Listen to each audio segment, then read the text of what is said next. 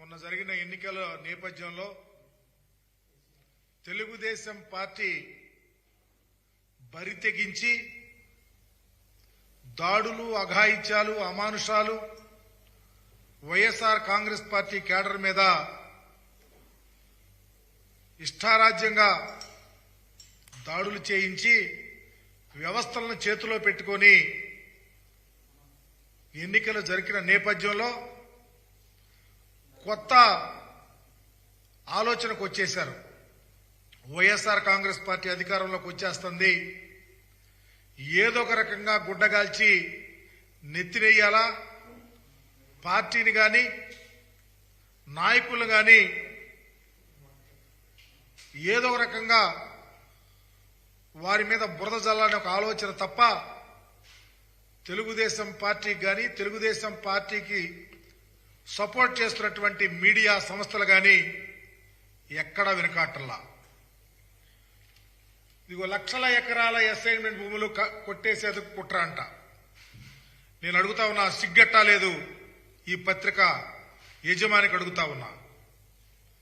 దేశంలో పర్టికులర్ గా కంబైన్డ్ రాష్ట్రంలో ఆంధ్రప్రదేశ్ రామోజీ ఫిల్మ్ సిటీకి సంబంధించి నీ ఫిల్మ్ సిటీలో దళితుల భూములున్నాయి, నువ్వు అప్పళంగా కొట్టేశావు. ఏ రోజన్నా నువ్వు ఈ పత్రికలో ఎందుకు రాయలేకపోయావని అడుగుతా ఉన్నా. జగన్మోహన్ రెడ్డి గారు అసైన్మెంట్ చట్టాన్ని తీసుకుంది ఆషామాషిగా తీసుకోలా.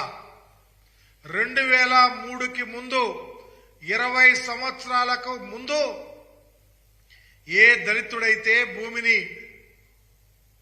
పండించుకుంటా ఉన్నాడో, వారి పేరు మీద ఉందో దానికి ఒక ప్రత్యేకమైన చట్టం తెచ్చి ఒకవేళ ఎవరైనా మధ్యలో దానిని రాయించుకున్నా 20 సంవత్సరాలు అయిపోయిన తర్వాత అదే దళితుడకు దానిని అసైన్ చేసి వాళ్ళకు హక్కు కల్పించాడు.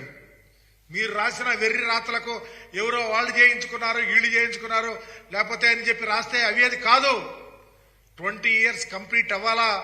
మరలా ఏ దళితుడికైతే అసైన్ చేసిందో ఆ దళితుల పేరు మీద వస్తే వాళ్ళు అమ్ముకోవచ్చు, ఎవరైనా కొనుక్కోవచ్చు. ఏదో నాగార్జున ఇంకొకళ్ళో రాయించుకున్నారు చెప్తా ఉన్నారే, అవన్నీ అభూత కల్పనలు. మేము చెప్తా ఉన్నాం, ఎవరు రాయించుకున్నా చట్టానికి లోబడి రిజిస్ట్రేషన్ అవ్వాల్సిందే. మీకులాగా రాజధాని ప్రాంతంలో చంద్రబాబు నువ్వు నీ అంటుకో 4,000 కోట్ల రూపాయలు ఖరీదు చేసే దగ్గర 1,100 ఎకరాలు మీరు రాయించుకున్నారే.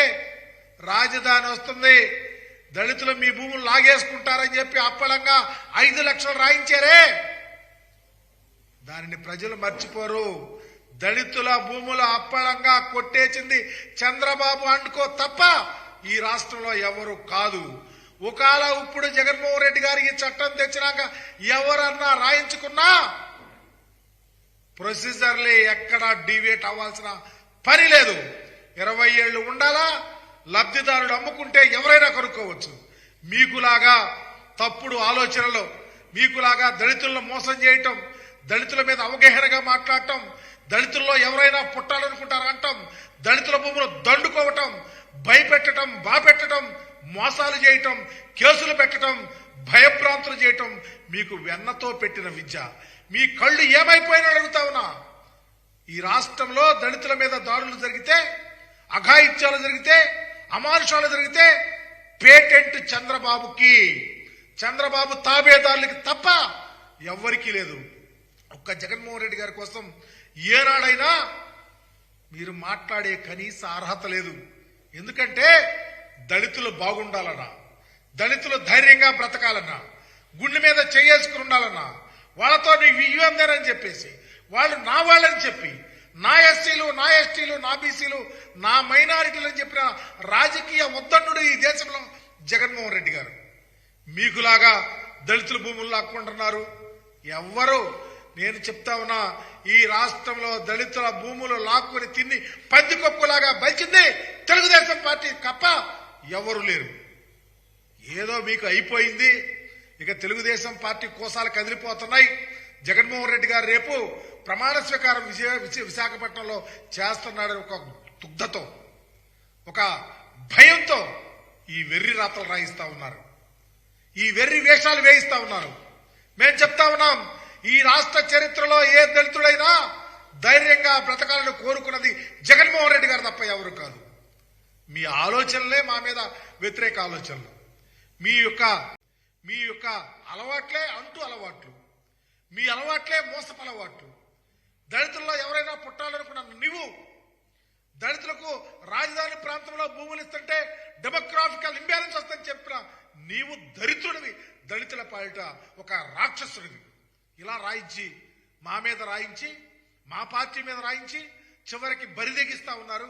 ఒకే ఒక కారణం, 9వ తారీఖున జగన్మోహన్ రెడ్డి గారు పట్టాభిషేకం విజయనగరంలో విశాఖపట్నంలో చేయబోతా ఉన్నారు.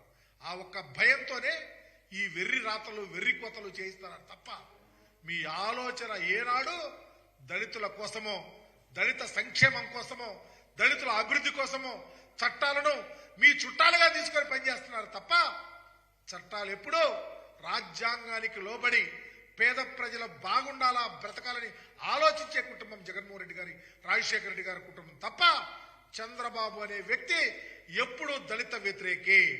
అందుకనే ఈ కోతలు రాస్తా ఉన్నారు. నేను ఛాలెంజ్ చేసి చెప్తా ఉన్నా, నీవు ఈ కోతలు రాతలు రాసే ముందు నువ్వు ఒక్కసారి గురుగింజ సామెత చూసుకోండి.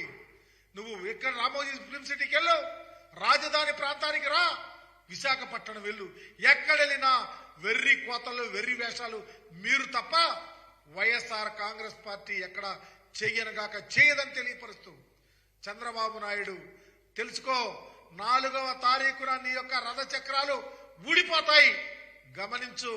అనవసరమైనటువంటి గొడవలు ఈ రాష్ట్రంలో సృష్టించొద్దు. ఇప్పటికీ చెబుతా ఉన్నాం, ప్రజాస్వామ్యంలో ఉన్నాం, చట్టాలను మనం బాధ్యతాయుతంగా స్వీకరించి ముందుకెళ్దాం. వైఎస్ఆర్ కాంగ్రెస్ పార్టీ అనేది కంకణ బద్దులుగా త్రికరణ శుద్ధితో ఆంధ్రప్రదేశ్ ప్రజల యొక్క గుండె చప్పుడులాగా ఉంటుంది. కానీ నీలాగా పేద ప్రజలకు ఒక వెర్రితరలు వేసే విధంగా పరిపాలన చేయాలన్న ఆలోచన ఏనాడు ఉండదని తెలియపరుస్తూ తప్పుడు రాతలు రాయొద్దని హితవు పలుకుతూ సెలవు తీసుకుంటున్నా.